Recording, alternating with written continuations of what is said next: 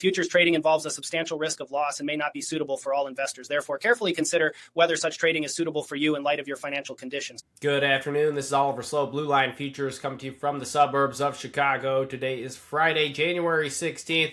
A little bit of a mixed bag in today's trade. We saw the grain markets try to firm up a little bit, and cattle just get shellacked. We'll get into the shellacking here in a little bit, but we'll start with the grain markets. Obviously, got hit hard on Monday on the back of that uniformly bearish WASDE report, which really didn't offer any silver linings. But if you're looking for silver linings, it's the fact that we really didn't get much follow through. Here we got the corn market pulled up.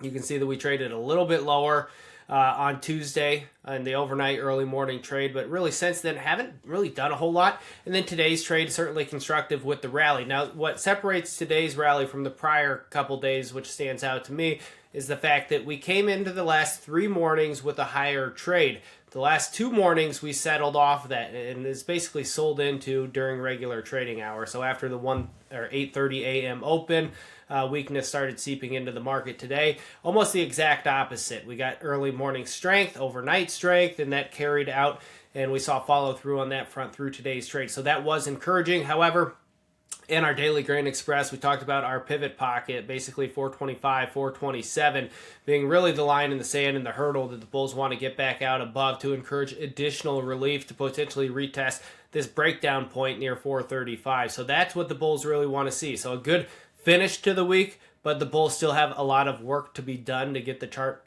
back in good graces and even neutralized for that matter. So it'll be interesting to see what next week brings. And if you've noticed, actually the markets are still open. We've got the company holiday party tonight, so trying to get out of here, get downtown a little early this afternoon so I can be with everybody. So I'm not sure how we're going to close out the week, but so far so good.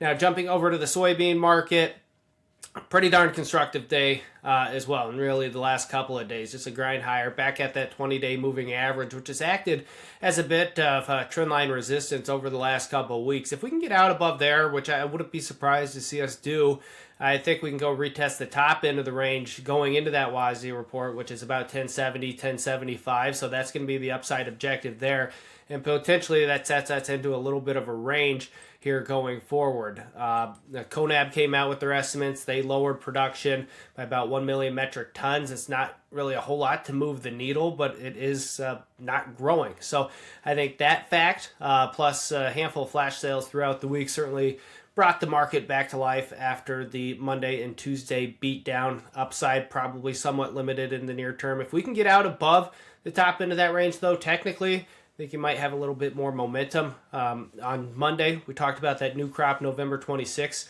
market as being something that's closely on our radar, as being maybe one of the more friendly things to keep an eye on through the first quarter and into the spring and summer months. So something that you should be watching as well.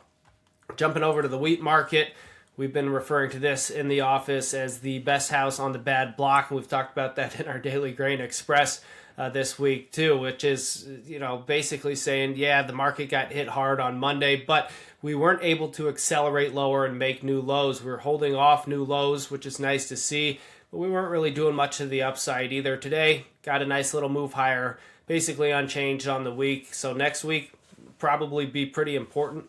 The fact that we didn't break lower this week in conjunction with the corn and beans breaking lower and making new lows, that's encouraging. Again, the best house on a bad block, but the bulls still have work to be done. We need to get out above this 528, 532 area to really kind of ignite more of a trend reversal. As you can see, we're still in a downtrend in this market, looking at these moving averages. So a breakout above this area, and that could potentially turn the tide a little bit and be a little bit more favorable.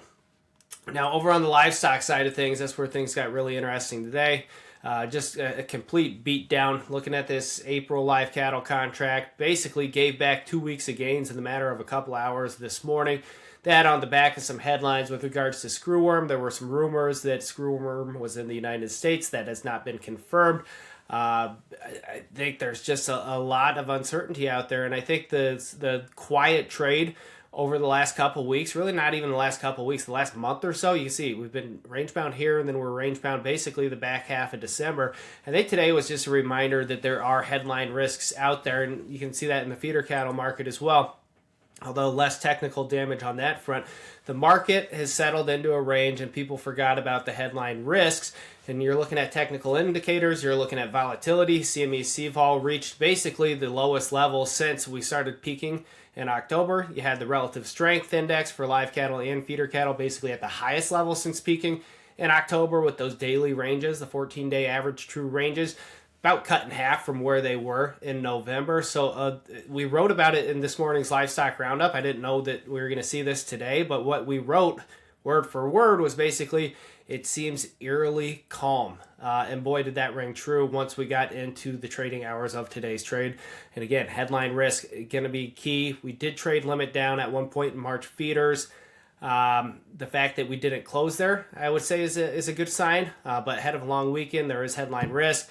And from the technical perspective, you're looking at this 352, 353 area, break and close below there. You're looking at retracing the breakout point from January 2nd. That's near 345, 346. So those are the levels to keep an eye on going into next week. And then wrapping things up, we've got the lean hog market. Broke out above to new contract highs yesterday. Today, some follow through, a little bit of an ugly reversal candle there, not the greatest, but really didn't do a whole lot of technical damage. We've been bullish, friendly, I should say, lean hogs for a while. We probably are at a point where if you've been long and been bullish the market, you want to capitalize on the move.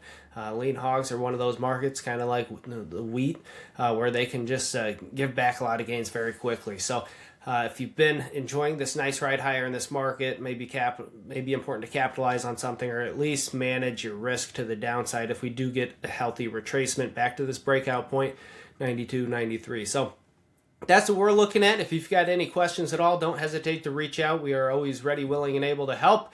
Remember, trading futures and options involves substantial risk of loss and is not suitable for all investors. Futures trading involves a substantial risk of loss and may not be suitable for all investors. Therefore, carefully consider whether such trading is suitable for you in light of your financial condition. All information, communications, publications, and reports, including this specific material used and distributed by Blue Line Futures LLC, shall be construed as or is in the nature of a solicitation for entering into a futures transaction. Blue Line Futures LLC does not employ research analysts or maintain a research department as defined in CFTC Regulation 1.71.